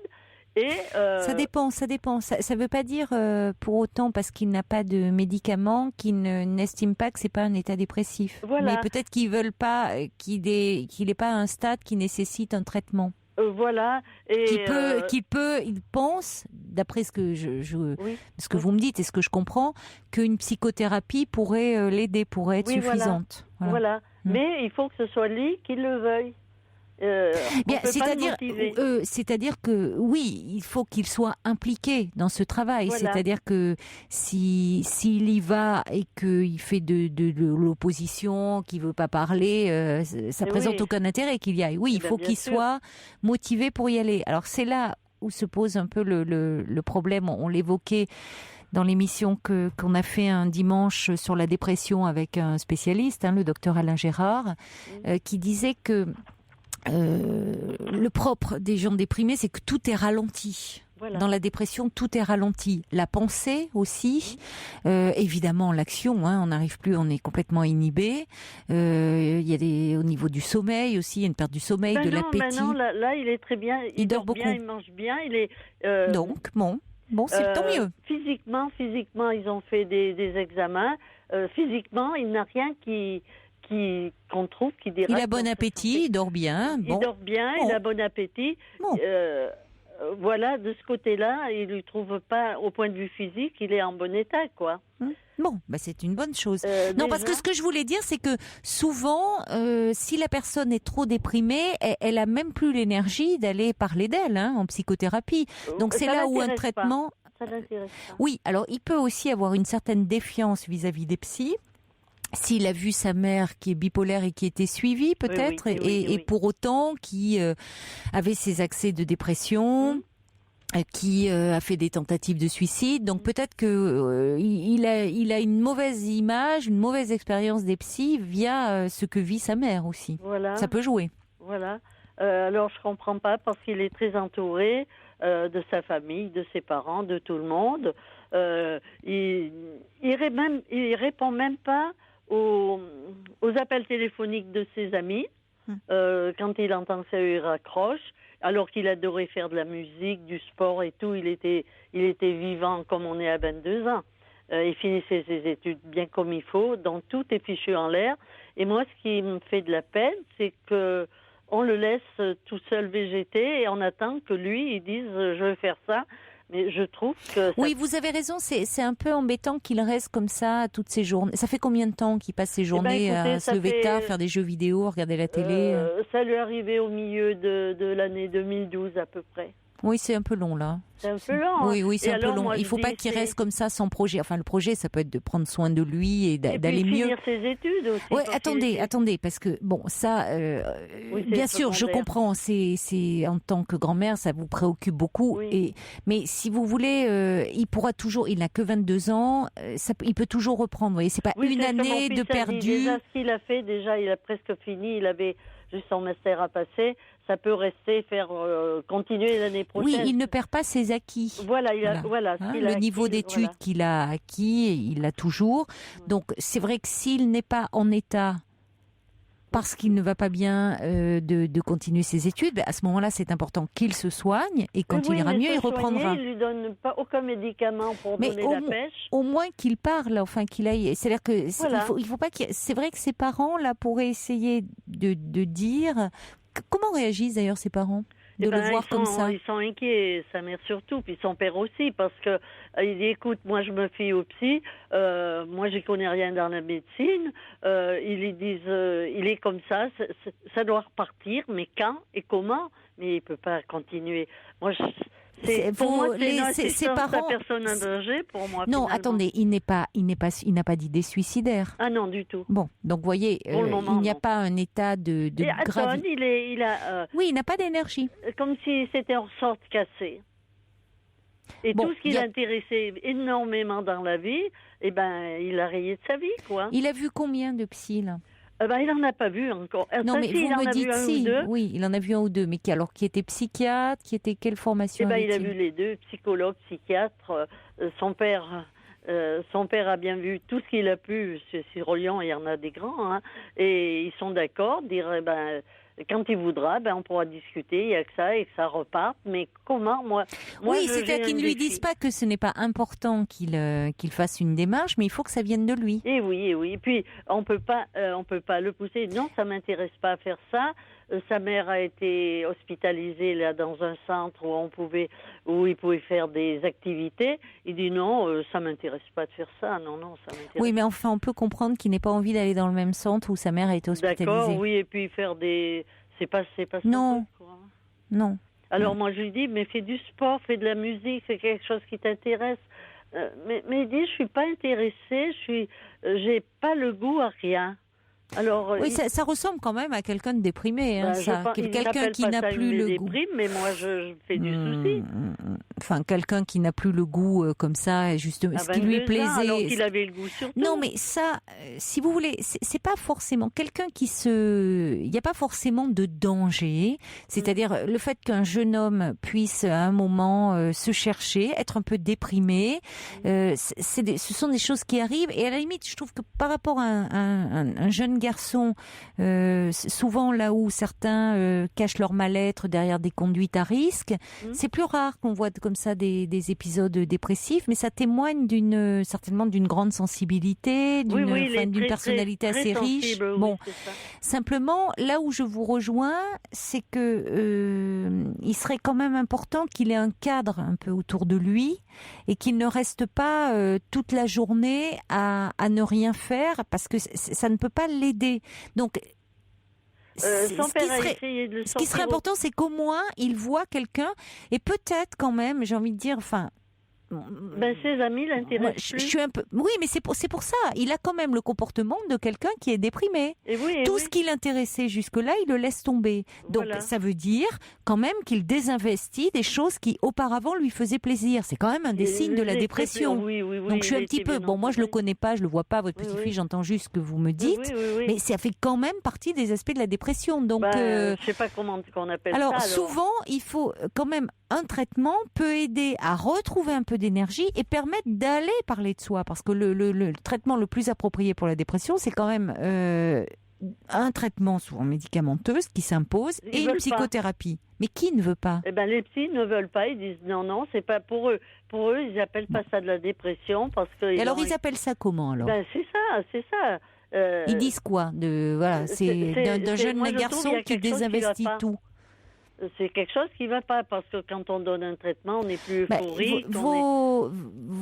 Les parents de ce jeune homme pourraient appeler au moins le médecin traitant ou le psychiatre qu'il a rencontré en disant, écoutez, docteur, depuis...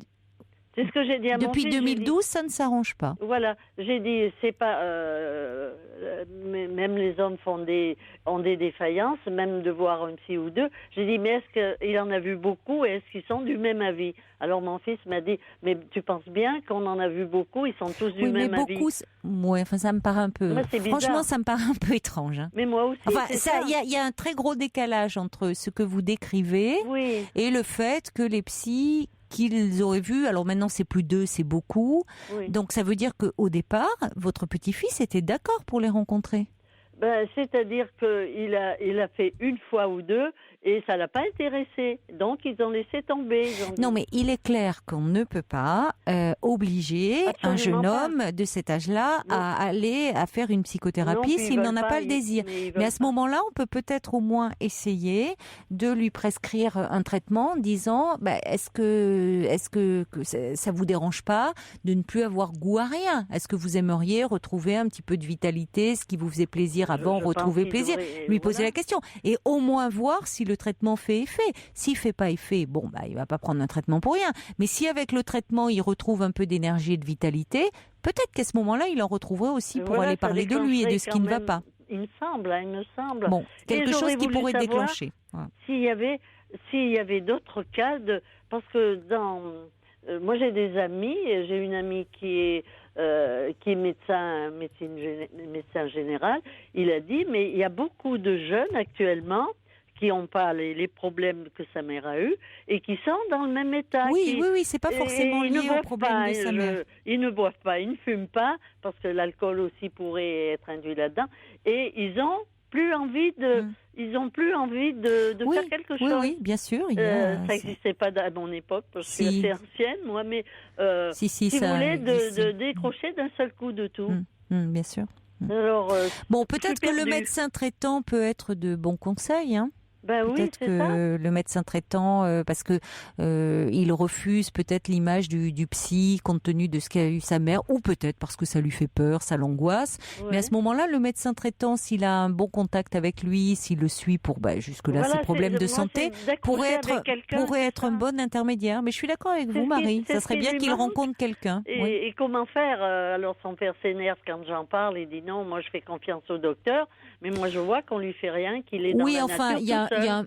je sais pas, il semblerait qu'il y ait quand même un petit problème parce que... On peut pas rester comme ça. Non, je suis d'accord avec vous, c'est pas une bonne chose de rester comme ça sans projet. Ça va se remettre. Oui, une dépression, c'est vrai que si c'est... Je ne sais pas ce qu'il en est, mais enfin, ça s'arrange à un moment, mais enfin, on laisse pas quelqu'un dans un état comme ça se replier sur lui-même.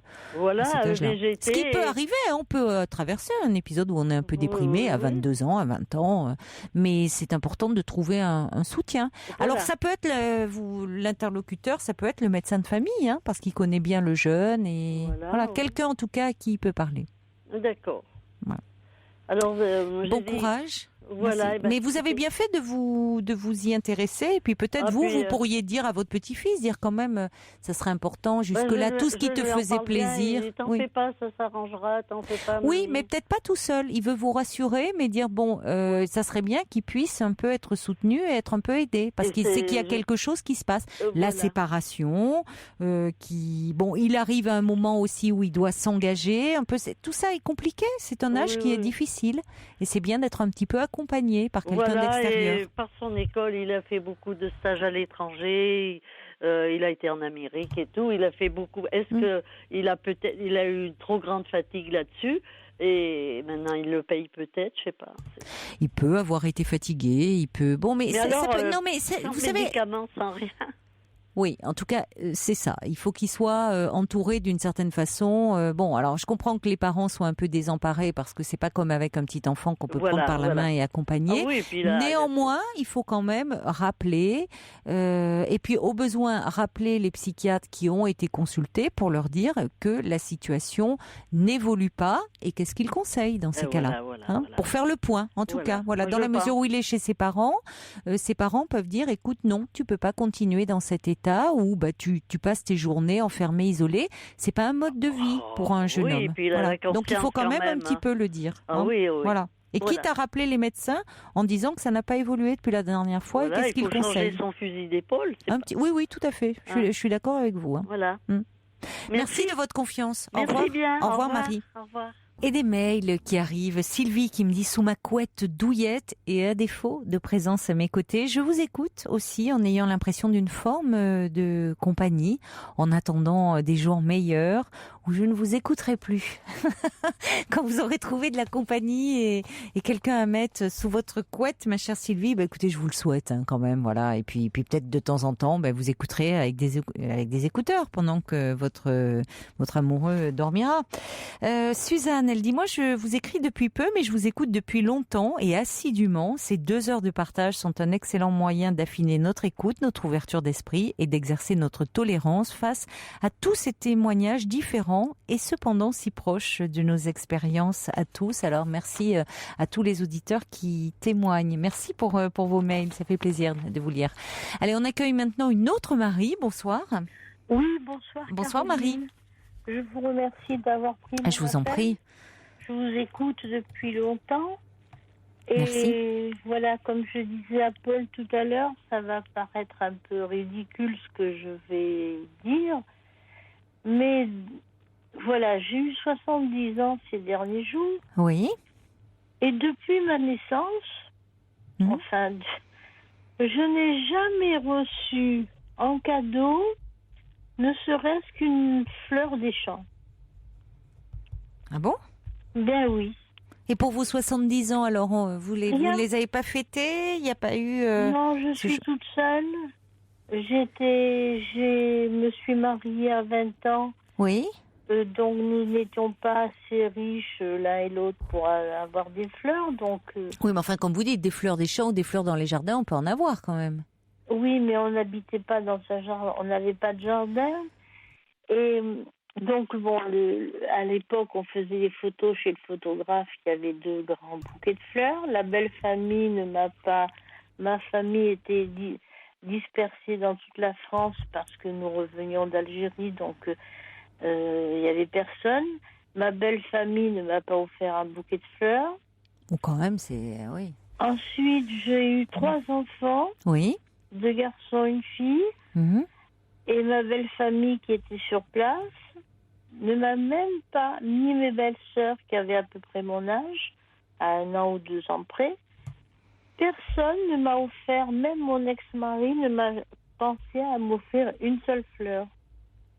Bon, je pensais à l'époque, comme j'ai eu une mère qui ne m'a jamais offert quoi que ce soit, par rapport à ma sœur, qui avait 2 ans de plus que moi, mais c'était sa fille, et moi j'étais la dernière, donc la non désirée, comme elle m'a dit, une fausse couche ratée. Bon, je n'ai pas eu de fleurs. Personne ne vous a fait de fleurs, quoi, jusqu'à présent dans votre vie. Comment ? Personne ne vous a fait de fleurs jusqu'à présent dans votre Non. vie. J'ai travaillé, j'ai participé dans les bureaux à tous les anniversaires en participant, en leur faisant des gâteaux, j'étais réputée pour ça, des cakes, des profiteroles, elles adoraient tout ça. Puis le jour où j'ai demandé ma mutation, j'ai participé à tous les cadeaux, bien sûr, aux anniversaires, au départ, tout. Et le jour où je suis partie, j'ai pris le métro, puisque j'avais divorcé entre-temps. J'ai pris le métro jusqu'à chez moi. Dans le métro, j'ai pleuré. Je n'ai même pas eu un petit bouquet de fleurs. Alors que c'était toujours moi qui allais chez Interflora commander les fleurs pour celles qui partaient ou qui demandaient une mutation. Mais c'est incroyable quand même. Et vous ne leur avez pas dit à un moment dire écoutez, je pars, j'ai même pas un petit mot, je suis quand même, je suis un peu vexée. Elles m'ont rappelé. Ça peut se dire après tout, hein. En me disant, on regrette vos profiteroles, oui, tu m'étonnes, vos tartes au citron, tout ça. Ouais. J'ai dit oui, mais comme quand je suis partie, j'ai assez pleuré parce que elle dit oui, on n'a pas, c'est vrai, on a mal agi, mais on n'a pas réfléchi. Enfin bref. J'ai divorcé, donc. Bon, mais à un moment, il faut peut-être arrêter de donner comme ça sans compter, parce que vous voyez, il faut peut-être montrer aux gens, parce que ils apprécient même plus. Vous voyez, vos collègues vous les combliez d'attention, de petites choses. Ça fait un peu à un moment, il faut montrer que le distributeur automatique de cadeaux, il est en panne, quoi, pour que les gens apprécient, parce que malheureusement, il y a des gens qui n'apprécient pas. Voilà, et c'est ce que je fais avec mes enfants. Ça a été pareil. Quand on revoit. Mais les enfants, normalement, c'est les parents qui donnent sans compter, c'est pas aux enfants. Alors maintenant, bon, vous êtes plus âgés, donc. Mais au départ, contrairement à tout, vous le dites bien d'ailleurs, ça a commencé dès le début de votre vie. Oui. Où vous dites que dès votre naissance, vous parlez déjà de fleurs et on vous a pas offert même une fleur des champs, mais c'est au-delà de ça, c'est comme si vous disiez que vous n'aviez pas compté pour vos parents. Vous avez ce sentiment-là, en tout cas. Voilà. Bon. Et voyez, donc ensuite j'ai divorcé. Tant que j'étais divorcée, j'avais l'impression de compter. Le jour où j'ai divorcé, on a vendu notre belle maison. Parce que je me suis retrouvée en immeuble, en HLM, bien sûr. Et mes enfants aujourd'hui ont 50, 49 et 48 ans. Et bon, j'ai toujours donné. Bon. J'ai jamais, c'est normal. Avec les enfants, oui, on donne sans compter à des enfants. Oui. Je regrette pas. Comme ma fille, ma dernière, là, j'ai eu 2 garçons et une fille. Ma fille m'a toujours dit depuis l'âge de 15 ans, tu sais que donner aux autres, mais pour toi, tu ne fais jamais rien. Ah, mais moi, je disais moi, j'ai besoin de rien. Mais si. Mais oui, mais... Et oui, vous avez besoin, mais c'est important parce que votre fille pointait quelque chose d'intéressant. Oui. Elle avait remarqué, que vous donniez comme ça, mais que finalement, vous ne saviez pas vous donner à vous-même, vous occuper de vous. Jamais. Et quand vous dites que vous n'avez besoin de rien, c'est pas vrai. Non. C'est pas vrai, puisque la preuve, là, vous nous faites le décompte de tout ce que vous n'avez pas reçu. Donc, de tous ces manques d'attention qui vous ont manqué. Mais j'aurais voulu que ça vienne d'eux. Vous voyez, il y a eu les fêtes des mères. Depuis que j'ai divorcé, jamais un enfant à la fête des mères, à part mon fils aîné, qui est resté en contact aujourd'hui avec moi, ne m'a souhaité la bonne fête maman. Ne serait-ce que dire bonne fête maman. Je n'en parlons pas de fleurs ni rien, j'ai jamais rien eu. Alors que moi, pour leur anniversaire, s'ils étaient loin, je leur envoyais par Interflora. Les jouets pour les enfants, les cadeaux à Noël, tout ce qui s'ensuit. Et j'ai eu 40 ans, j'ai eu 50 ans, j'ai eu 60 ans, j'ai eu 70 ans. Est-ce que vous vous êtes offert à vous-même, parce que je reçois un message de Sergio qui est intéressant, qui dit « On n'est jamais si bien servi que par soi-même ». Eh bien, oui. Offrez-le vous, ce tant espéré bouquet. Mais il a raison, Sergio. Mais si vous commenciez un peu à vous faire plaisir. C'est depuis 2-3 jours que j'ai eu cette idée de dire, puisque personne ne pense à toi, vous voyez... Là, mes enfants ont divorcé, mes 2 garçons ont divorcé. Chez qui ils sont venus? Chez maman, puisque leur père ne les a plus jamais revus depuis le divorce. Bon, ils sont venus chez maman, nourris, logés, blanchis, j'ai jamais rien demandé, quoi que ce soit. Même pas merci, rien du tout. Même pas dire, tiens, voilà un petit bouquet de fleurs. Bon, alors que... Et voyez, par contre, ma sœur, qui a 2 ans de plus que moi, elle a eu 2 garçons. Quand ses enfants ont divorcé, ils sont venus chez elle.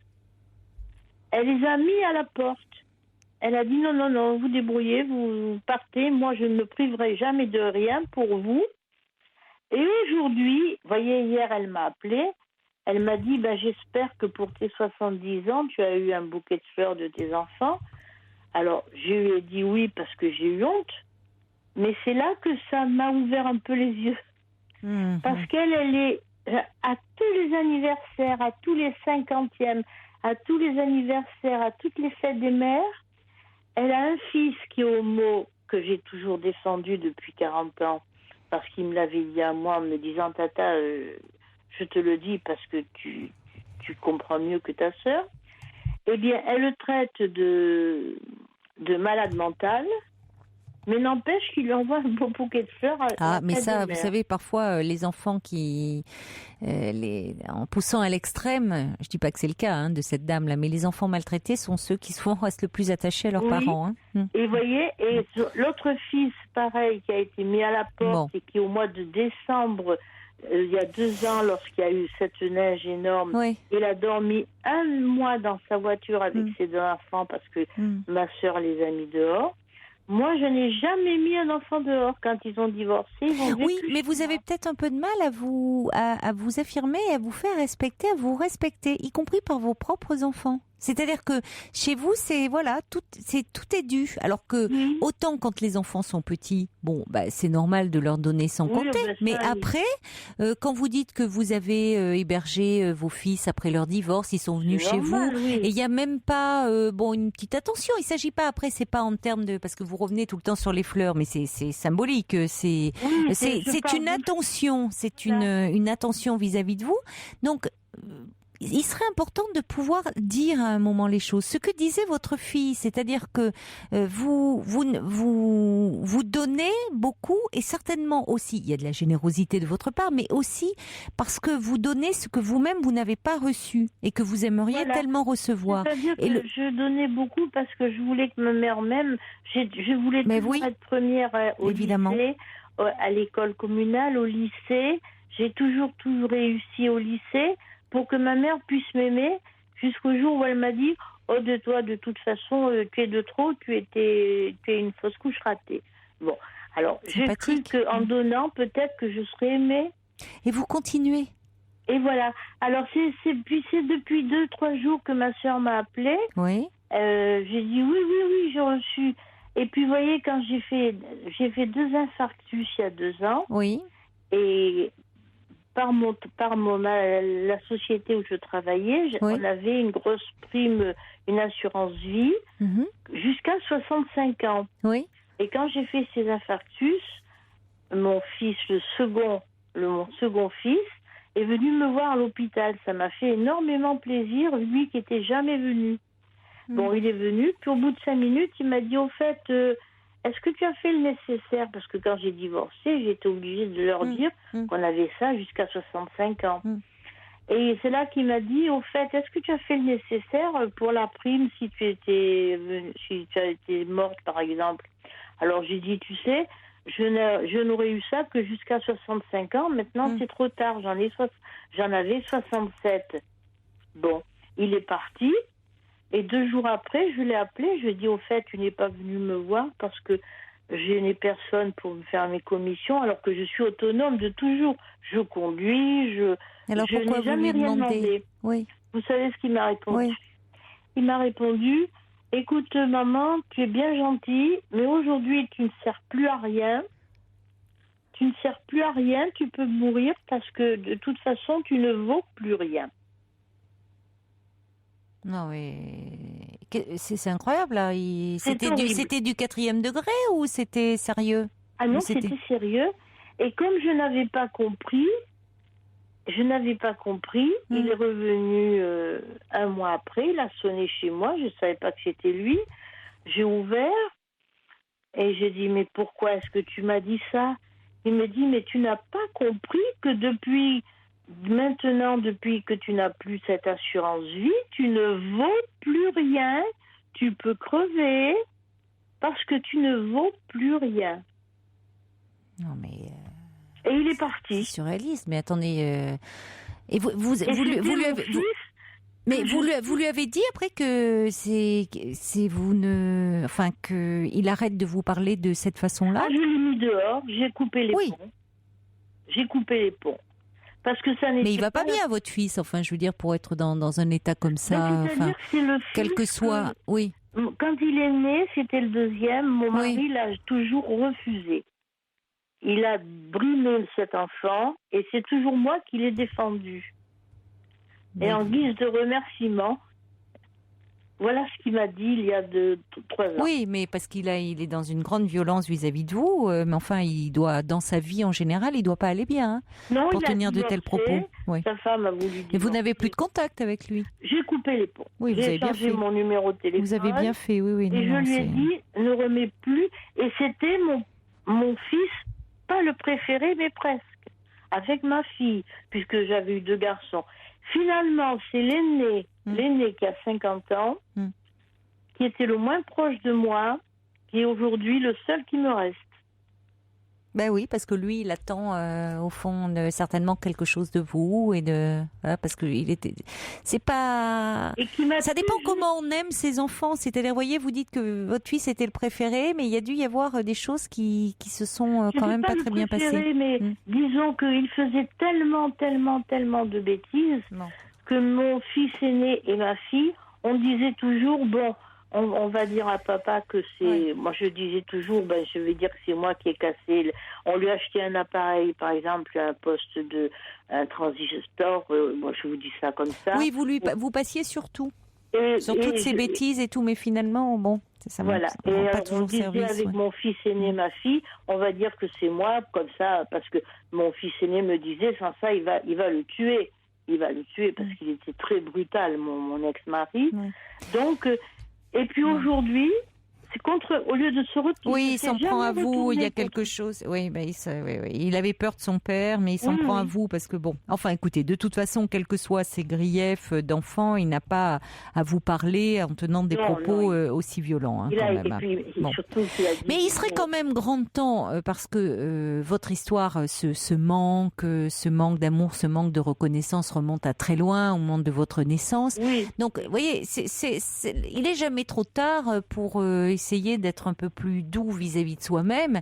Et après tout, je reçois, c'est symbolique, mais je reçois beaucoup de messages qui dit, il y a Yannick qui dit, moi, je m'offre souvent des fleurs, même un petit bouquet à 5 €, c'est agréable. Et puis, c'est Virginie aussi qui dit, je m'offre des fleurs sans raison et sans attendre. Ce bouquet dont vous nous parlez, que vous espérez tant, vous pouvez vous l'offrir et au propre et au figuré. Oui, c'est-à-dire vous offrir des choses. Non, mais attendez, n'espérez pas tout le temps des autres. Faites-vous des choses aussi pour vous. Oui. Ou à ce moment-là, si vous avez à cœur de donner, rejoignez des associations à qui vous pourrez donner, à qui vous tout cet amour que vous avez. Aux associations, non, mais pas seulement matériellement. Je pense que justement, si vous avez envie de donner, d'offrir quelque chose, ça peut être aussi du temps, de la présence, ça peut être, vous voyez, c'est pas seulement de l'argent aussi. Non, c'est bien, tant mieux si vous donnez de l'argent, mais. Vous voyez, au club du 3e âge où j'habite, je ne me suis pas inscrite parce que j'aime la solitude. Et je suis passée l'autre jour, j'ai porté 4 biscuits On m'a dit, oh, mais vous n'êtes pas inscrite. Je dis, ça fait rien, ça m'a fait plaisir de vous les porter. Il y a une maison de retraite aussi où j'habite. Et des fois, comme ça, je fais des cakes, des trucs et puis je leur donne, je leur porte. Voilà. Vous voyez ? Voilà, donnez à ceux qui apprécient vraiment et puis les autres, vous laissez. Oui. Et c'est ce que je faisais quand je travaillais sur Paris et que j'ai déménagé en divorçant. Dans le métro, souvent, le vendredi, je m'achetais un petit bouquet de fleurs, mais ça venait de moi. J'aurais aimé qu'un de mes enfants... J'attendais qu'un de mes enfants ou mon ex-mari le fasse, quoi. Mais... Alors maintenant, vous pouvez aussi, avec ce fils dont vous êtes proche et tout, de temps en temps organiser quelque chose, dire tiens, ou lui dire ça me ferait plaisir qu'on aille déjeuner ensemble ou que tu viennes passer un moment. Pas parce que lui, il est dans le midi maintenant et moi, je suis sur... il peut venir, vous pouvez aller voir dans le midi ou, vous voyez, vous pouvez... Lui, il m'appelle tous les jours, il le sait très voilà, bien. donc lui, il est proche de vous, donc vous pouvez aller le voir dans le midi ou vous pouvez, organiser quelque chose. Il reste présent pour vous. Oui, voilà. oui. Bon. Donc il faut vous entourer de personnes qui sont bienveillantes à votre égard. Et vous, parce que là, si vous voulez, vous comptabilisez tous les manques de votre vie. Et bon, c'est à l'occasion de cette date anniversaire, mais finalement, c'est douloureux de remémorer tous ces souvenirs. Essayez de voir maintenant ce que vous pouvez vous apporter. Et puis, il y a peut-être des choses que vous avez reçues et auxquelles vous ne pensez pas. Parce que vous savez, on voit toujours ce qui nous manque, on ne voit pas toujours ce qu'on a. Donc, pensez aussi à ce que vous avez reçu pour vous faire du bien aussi. C'est ce que je voulais vous dire. Pour question de recevoir, je ne peux pas dire que j'en ai reçu beaucoup. Mais vous avez certainement reçu des choses auxquelles vous ne pensez pas.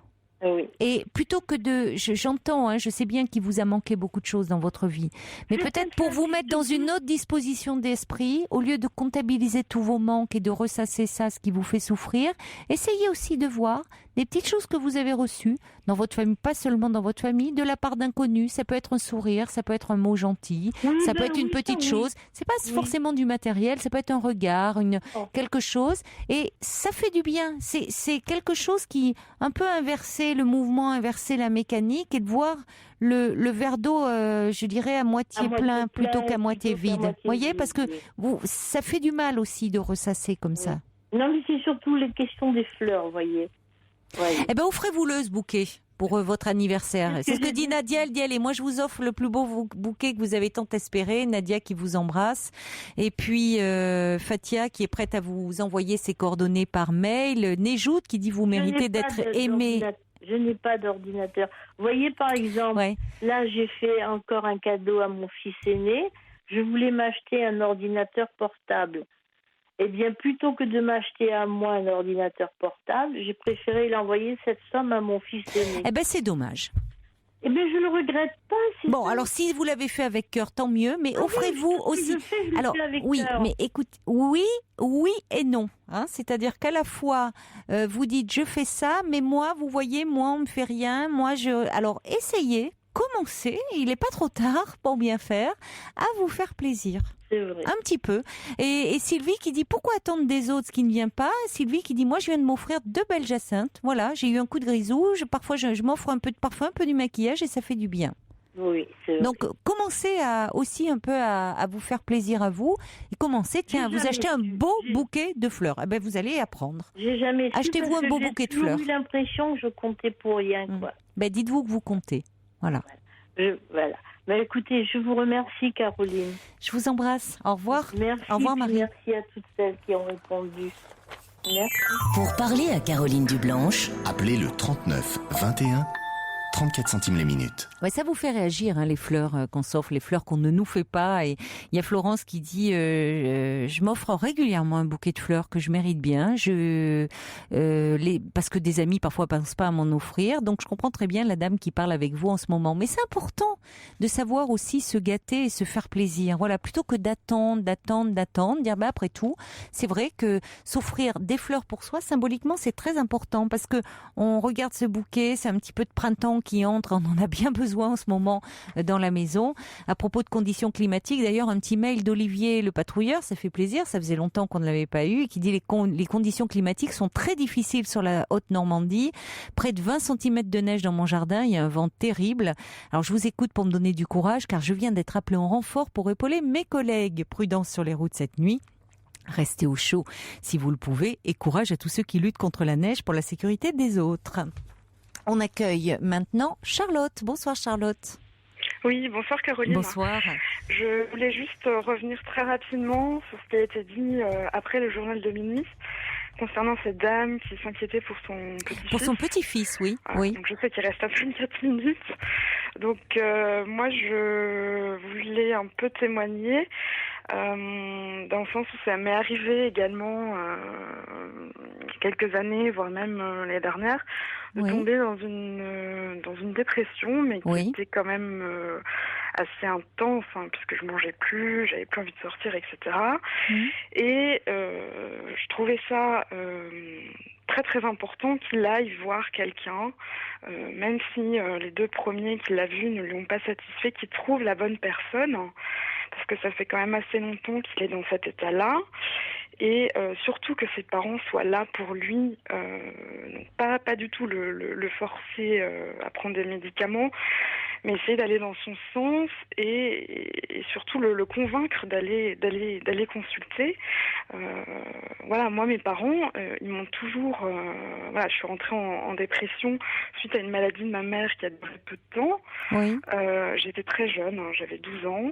Oui. Bon, à 12 ans, c'est vrai que c'est différent parce qu'on y est, comment dirais-je, c'est différent. Mais mes parents, malgré les épreuves que j'ai traversées, etc., m'ont toujours épaulée et m'ont toujours forcée à aller de l'avant. Peut-être en me bousculant, et moi je ne comprenais pas. Mais de quelle façon ils vous ont bousculé? Il faut sortir du lit, viens manger, viens, il y a une amie qui est là pour toi. Oui, mais c'est important, oui, ils ne vous laissaient pas vous enfermer dans votre tristesse, dans votre solitude. Ils étaient présents et ça montrait aussi pour vous, même si à ce moment-là, ça devait vous énerver, ça vous bousculer, mais au bon sens du terme, parce que ça montrait aussi qu'ils étaient soucieux de vous. Exactement. C'était leur façon de prendre soin de vous. Hein, voilà. Et moi, quelque part, ça m'a toujours inconsciemment, et maintenant, avec le recul, je me dis que ça m'a donné une force. Et déjà, j'avais la volonté de m'en sortir, même à 12 ans, quoi. Voilà. Et donc aujourd'hui, ça va très bien. C'est vrai que comme cette dame, comme sa maman, là, j'ai des sautes d'humeur. Et bon, on arrive très bien à en vivre. Oui, complètement. Et voilà, il faut surtout suivre son traitement régulièrement, ce que je n'ai pas fait il y a 2 ans. Et rebelote, je suis tombée en phase d'excitation et de déprime. Oui. C'était plus le côté déprime, mais vraiment très très forte. Ça a duré intensément au moins pendant une semaine, et en fait de moi-même, sans que mes parents soient derrière moi, j'ai vraiment lutté parce que j'étais en dernière année d'études et j'étais en stage, je l'ai interrompu 1 semaine, et même si j'étais entre guillemets à bout physiquement et quand même moralement, je suis allée au bout de ce stage et j'ai continué 2 mois de stage. Voilà, donc je voulais dire que il fallait pas baisser les bras. Que l'entourage compte, même si c'est vrai que c'est plus difficile quand il s'agit d'un jeune adulte, mais en même temps, ce qui est compliqué dans le témoignage de Marie, donc cette grand-mère, c'est que apparemment les médecins consultés disent que c'est pas une dépression, il n'y a pas lieu de la traiter, et que il faut que le déclic vienne de lui. Mais enfin s'il n'y a pas d'évolution, il y a quand même des signes qui évoquent cela. Alors c'est vrai qu'il faut tout un tableau clinique pour poser le diagnostic, mais c'est vrai que vous avez raison d'insister sur le rôle de l'entourage et des parents.